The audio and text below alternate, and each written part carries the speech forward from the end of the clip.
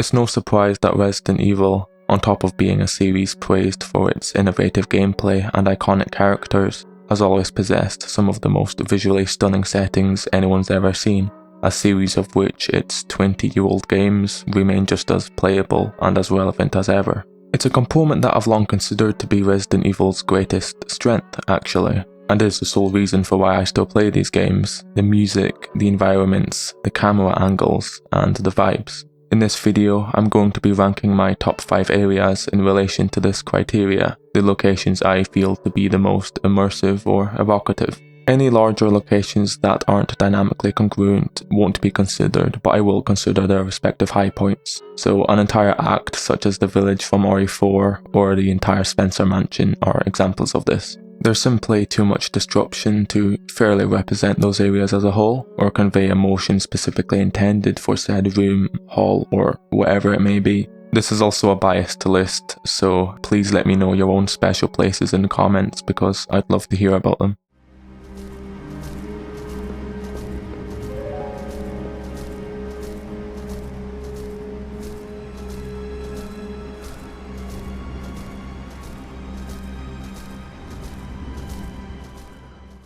RE0 and RE1 Remake are, in my opinion, the best looking games in the series. There's something genuinely special about these fixed camera perspectives that make you feel like you're inside of a painting, and it's a shame that this game marked the end of that tradition to date. The church is a small setting immediately preceding the training facility, where a majority of the game takes place. Predominantly taking place inside, is also monochromatic and almost repetitive at times. The transposition into this scenic environment with Victorian-style lamps and animated backgrounds are honestly breathtaking the first time around. The change in music is equally as surprising. The terrifying drone heard throughout the training facility is completely absent, replaced with a more subdued yet dynamic piano piece.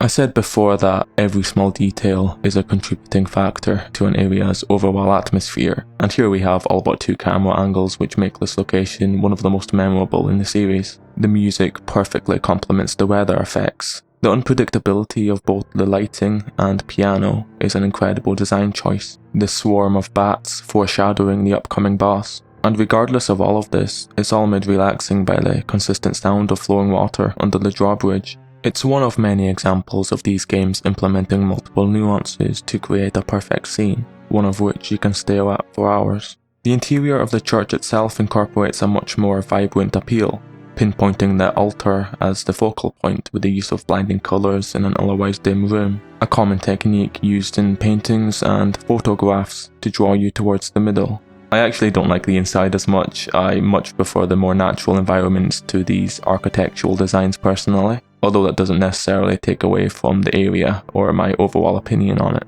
I do love the fact that the music is separated entirely during this section. If the eeriness of the music and dark setting weren't enough to make you nervous, this overtly tense display of silence definitely would. It sets up the final collision with the boss encounter, similarly to a jump scare in a horror film. The debris and wide open environment making this almost immediately discernible. The extent of the church's best features take place on the rooftop, oddly enough. Now, we can talk all day about these convoluted elements that make some areas as immersive as they are, but shots like these are the reason for why I made this video in the first place, and there's no better example of just raw ambience emanating through a very simple frame. In this case, the sky is the primary display, and we're only accompanied with the familiar sound of wind to alleviate the fact that you just fought one of the worst bosses in video game history.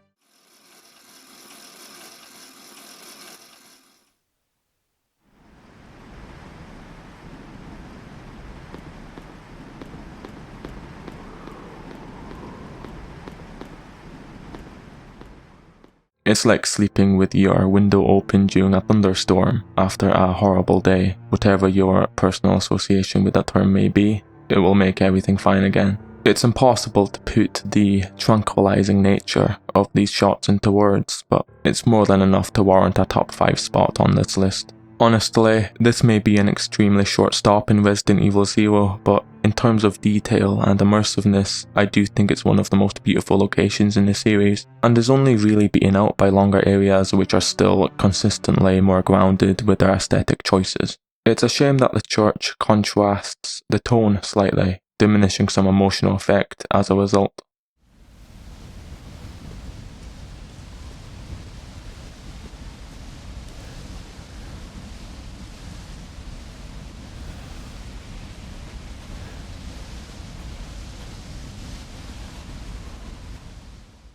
House Beneviento is the second main dungeon in Resident Evil Village, and is by far the most visually stunning in the game. The path to this area is made up of 3 smaller locations which characterize these features best, and form the basis of my opinion, that being Potter's Field, the Suspension Bridge, and the Garden. Potter's Field is the closest that Resident Evil 8 becomes to being a traditional horror game. We have hanging dolls, tombstones, trees which obscure 90% of the natural lighting, and an incredibly ambient soundtrack, one that has been edited into an 8-hour-long version on YouTube. Even the entrance to this location is unlike anything else seen in the game up until this point. The door closing behind you, only to notice bushes that seem way too thick to consider passing through. It makes this place feel more isolated, as if the skeleton was the last person who ever travelled through here.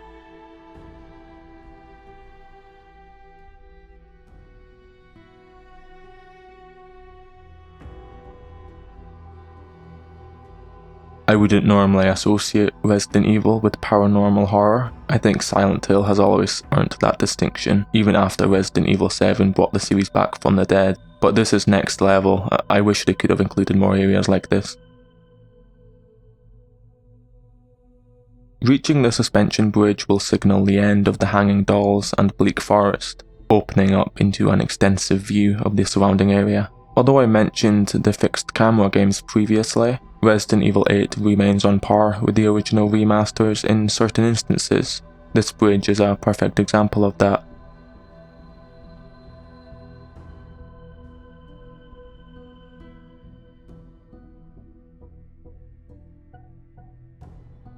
The attention to detail is incredible, and you could easily miss it simply by running forward as intended without taking the time to gaze over at the other bridges which connect Potter's Field to the garden.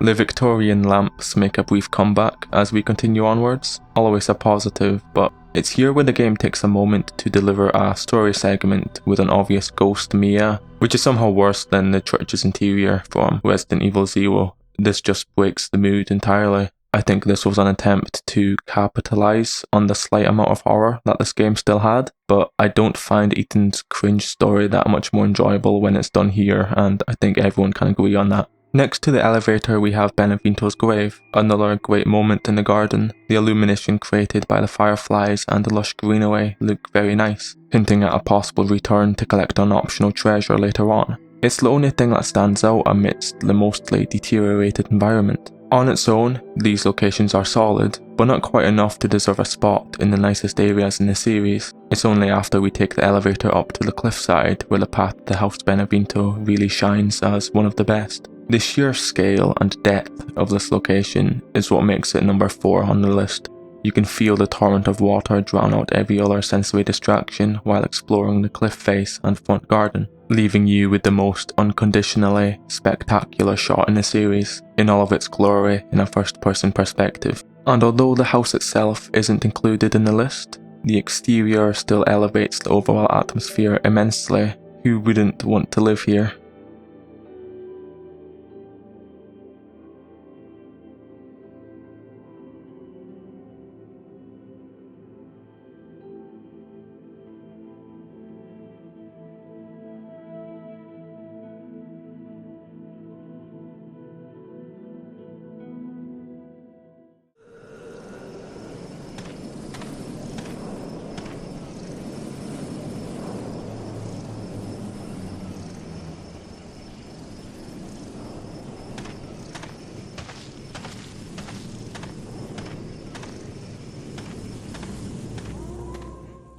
Resident Evil 1 Remake was always going to be on the list, and we returned to the fixed camera perspective to witness this game's perfect attempt at creating its most immersive and chilling small road, a road that connects the Spencer mansion to Lisa Trevor's house. This long walk through the forest will be the main talking point here, but generally the Courtyard shares a similar style and atmosphere, although not quite as engaging as this is.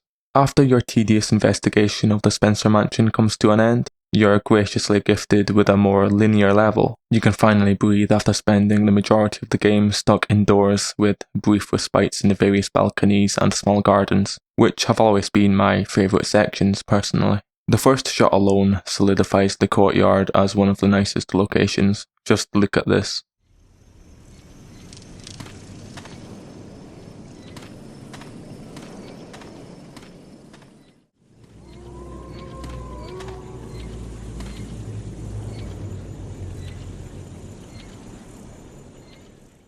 Take everything I said about the church in RE0 and times it by 10. After completing the soul-crushing first mansion visit, this really just hits different. It's the best reward you could ever receive. Once again, the natural sounds contrast well with the setting. You can hear the spinning signpost off in the distance, accompanied by crickets and the puddle of water while walking through it.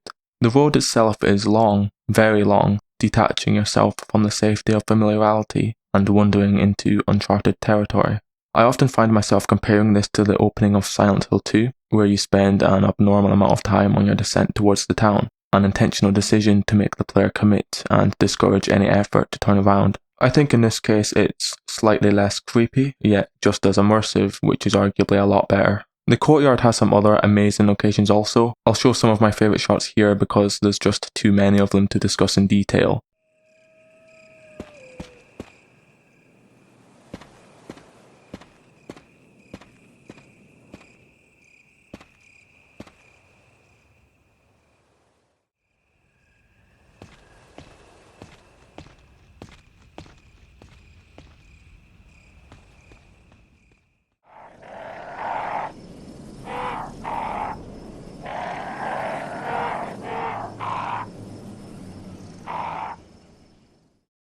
I'll let this area speak for itself. There's a reason why this is considered to be one of the greatest Resident Evil games of all time. On top of the puzzles, exploration, and characters, it's ultimately the inclusion of environments such as these. The howling wolves are very annoying though.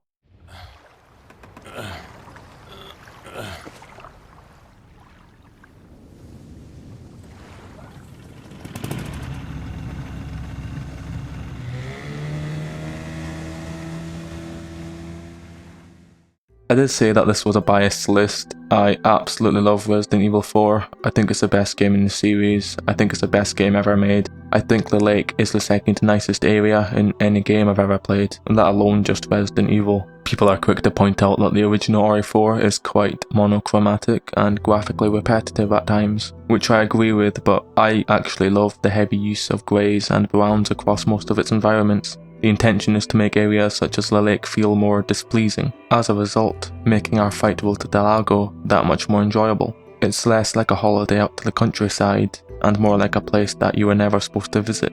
The ostracizing nature of the original lake and its polarizing atmosphere more than makes up for this apparent lack of visual fidelity. I don't think anyone will argue that the dilapidated state of the lake and its cabins, combined with the distortion of the mist and consistent colour scheme, doesn't make this one of the most eerie locations in the series. But the true atmosphere of the lake doesn't present itself until our fight with Delago has concluded, where we transition into Chapter 2.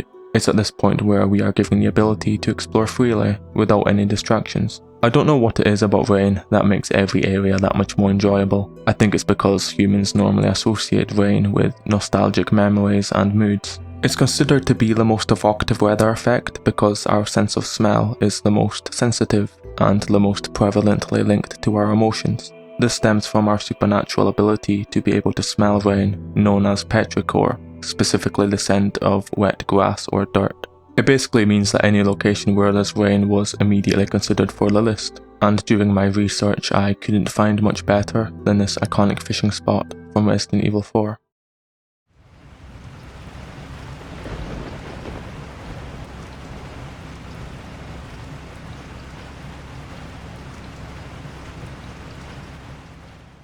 The remaining area really does radiate with life after we begin Chapter 2. The villagers let Leon sleep while having enough time to light the bonfires, and the merchant's cave has been illuminated with his signature blue torches, which can all be seen from the dock just outside the cabin.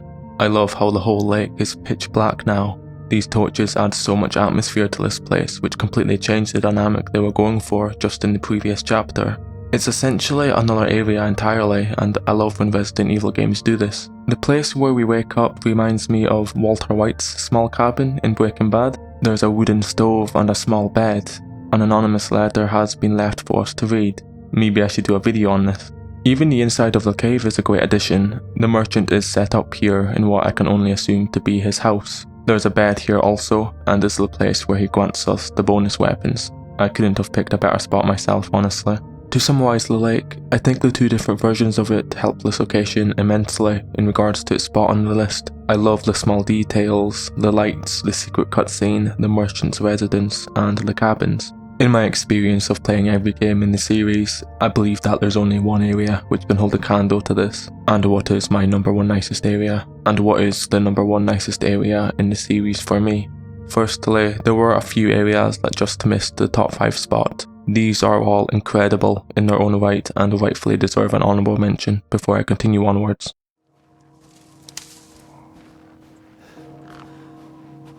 Where the hell am I?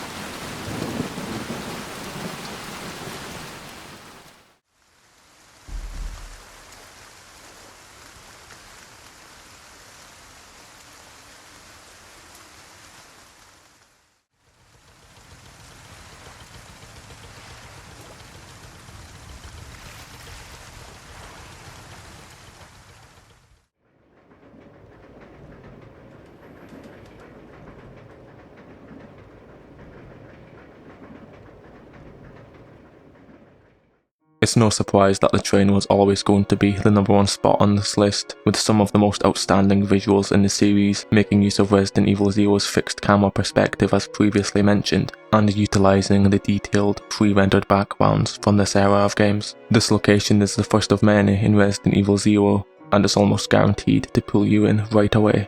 First of all, the setting of a train is by far the best idea that Capcom could have ever came up with. It feels amazing exploring this antiquated layout, with all of the secrets and climactic encounters that you can imagine. Making use of multiple floors and backtracking on several occasions makes the mostly linear train feel like a maze. The dead passengers gradually coming back to life on your confusing back and forth visits, but you don't exactly know when it'll happen.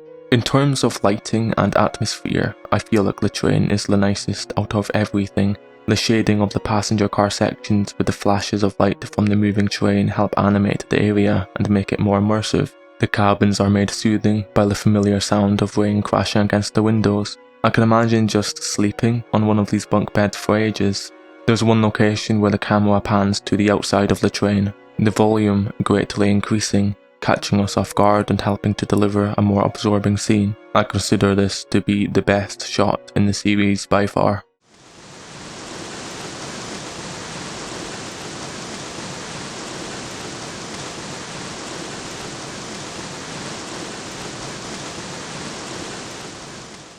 All of the shots where you're either on top or outside of the train are the high points of this area in my opinion, but generally I love this location from start to finish. The main thing that establishes this as the number one nicest area is the old-fashioned layout of the train. These design choices have since been attempted in multiple modern Resident Evil games, but there's none that quite reach the level of Resident Evil Zero. Things like the carpeted floors and old roadway style telephones, it looks incredible, and they all add so much more nuance and substance to an already vibrant experience. The train is also the first instance where you're introduced to this game's safe room theme, a personal favourite of mine, in one of these small ambient cabins.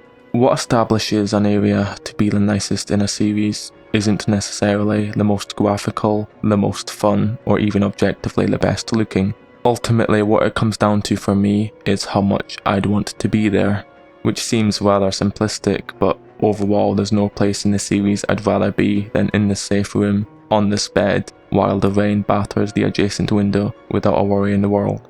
I'd choose it a million times over anything else on this list, or any real life location by extension.